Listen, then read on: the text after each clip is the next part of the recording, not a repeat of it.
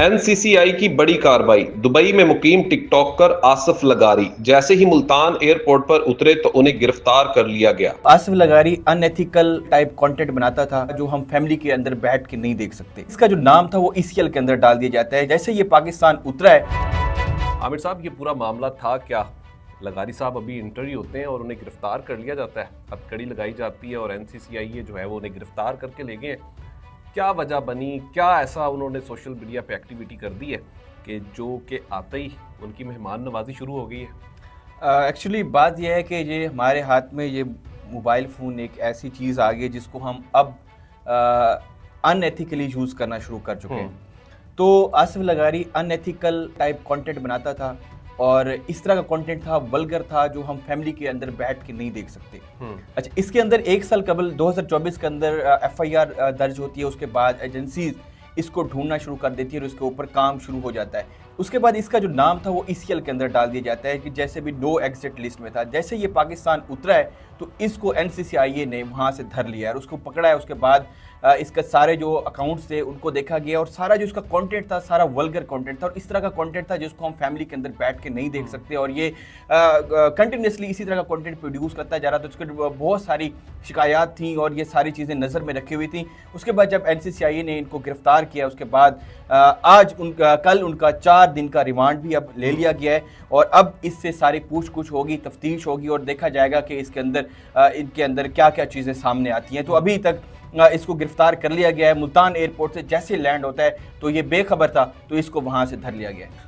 Content में देखा जा सकता है कि बड़ी अजीब किस्म की वो कलाबाजियाँ भी मारते थे, बड़ी बाखुदा तरीके से वो चीज़ों को मंजरेआम पर भी। तो इसके अलावा भी कोई क्राइटेरिया एनसीसीआई ने तैयार किया है कि इसके अलावा भी लोगों के खिलाफ गिरफ्त जो है वो जारी है? देखिए जी, एनसीसीआई को इख्तियारात हैं और वो इन तमाम जो वल्गर कंटेंट क्रिएटर हैं इनका सफाया करेगी, इनको पकड़ के इनका सॉफ्टवेयर अपडेट करेगी। पहले भी आप देख सकते हैं हिस्ट्री के अंदर बहुत सारे लोगों का सॉफ्टवेयर अपडेट हो चुका है। तो इस तरह के जो इनडिसेंट, वल्गर और फाश किस्म का कंटेंट बना रहे हैं हमारे सोसाइटी के अंदर और सोशल मीडिया को इनडिसेंटली यूज़ कर रहे हैं कि वो अपने इख्तियार से भी बढ़ रहे हैं और इस जो ये डिवाइस है आपके हाथ में इसको इस तरह से यूज़ कर रहे हैं कि कोई भी इसके अंदर लॉज को नहीं फॉलो कर रहे।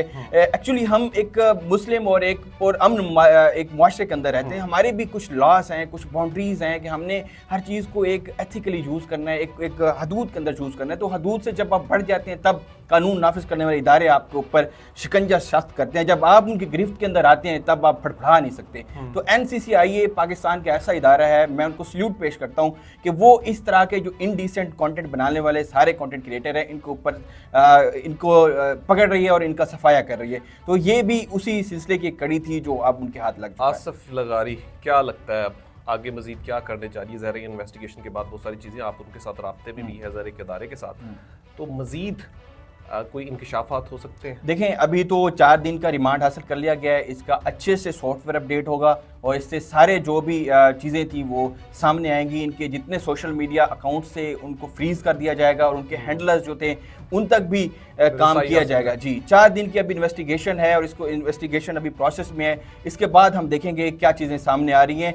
और मैं अब्दुल गफ्फार साहब को सल्यूट पेश करता हूँ एनसीसीआई मुल्तान से, क्योंकि मुल्तान एनसीसीआई बड़ा अच्छा काम कर रही है। हमारे जितना भी साउथ पंजाब रीजन है इसको जहाँ पे भी वल्गर कंटेंट क्रिएटर हैं उनको जो है ना पकड़ने में और उनको गिरफ्त लाने में ये बड़ा काम है। आसिफ को ये बात पता थी कि मैं जैसे ही लैंड करता हूँ और मुझे गिरफ्तार कर लिया जाएगा? देखें, पता थी या नहीं थी, मगर वो गलत कंटेंट बना रहा था तो एजेंसी को तो पता थी ना, एनसीसीआई को तो पता था, उसको पता था या नहीं था? एक लिस्ट मखसूस में उसका नाम डाला गया था कि जब भी ये सफर करे तो हमारी गिरफ्त में ये आ जाए। जी बिल्कुल, लिस्टें अभी भी बन चुकी हैं। उनके अंदर जितने भी इस तरह के इंडिसेंट कंटेंट क्रिएटर हैं उनके अंदर उनका नाम भी डाला हुआ है और उनको ऊपर नजर भी रखी जा रही है। जहाँ पे भी आप हाथ आएंगे तो आपको कभी भी नहीं छोड़ा जाएगा। और आजकल पाकिस्तान में बड़े बड़े जितने भी व्लॉगर्स हैं, जो कंटेंट क्रिएटर हैं, आजकल वो बड़े मुताद भी हो गए, बड़े बड़े नाम इस वक्त फंसे भी हुए हैं। Exactly. तो ये कह सकते हैं कि अब इन सब की शामत आ चुकी है। जी बिल्कुल, जो भी इस तरह के बड़े बड़े कंटेंट क्रिएटर हैं, व्लॉगर्स हैं जो अपनी हदूद से बढ़ रहे हैं तो उनकी शामत आ चुकी है। और उनके ऊपर जब अब उनको सॉफ्टवेयर अपडेट होगा तो नेक्स्ट आने वाली वीडियोस में आपको वो ज़मीन आसमान का फ़र्क नज़र आएगा। या तो वो बनाएंगे नहीं, बनाएंगे तो वो बहुत डिसेंट तरीके से बनाएंगे कि आपको लग पता जाएगा। जिस तरह से आप देखें बहुत सारे हिस्ट्री में देखें तो बड़े बड़े कंटेंट क्रिएटर्स को जो है ना उनका सॉफ्टवेयर बड़ा अच्छे से अपडेट किया गया है। तो आने वाले वक्त में कोई मजीद आपको लगता है कि इस हवाले से कोई बड़ी कार्रवाई भी हो सकती है? अभी भी बड़े नाम मौजूद हैं यहाँ पर। जी बिल्कुल, बड़े नाम मौजूद हैं और वो एनसीसीआईए को बिल्कुल अच्छे से पता है, उन तक इनकी एप्लीकेशन भी पहुंची हुई हैं और जितने भी चीज़ें हैं वो नज़र रखे हुए हैं। जो बंदा भी उनके हाथ में आएगा तो वो उसको बिल्कुल भी नहीं छोड़ेंगे। और मैं ये बाखबर कर देता हूँ तमाम इनडिसेंट कंटेंट क्रिएटर्स को कि आपके हाथ में जो चीज़ है, मोबाइल है, इसको अच्छे से इस्तेमाल करें ताकि आपकी फैमिलीज़ के अंदर आप बैठ के देखें, कहीं भी जाके बैठ के देखें तो आप एक अच्छा कंटेंट हो जो आपको फ़ायदा दे। और बाहर जाके ये दुबई में मौजूद थे तो वहाँ पे भी पाकिस्तान का नाम गलत तरीके से बदनाम कर रहे थे, तो हम पूरी कौम को ये शर्मिंदा कर रहे हैं। तो जब एनसीसीआईए ने इनको पकड़ा है तो अब इनका सॉफ्टवेयर भी अपडेट होगा और इनसे सारी चीज़ें भी निकलवाई जाएंगी और इस तरह के जितने भी इनडिसेंट कंटेंट क्रिएटर हैं उन सब की शामत आएगी।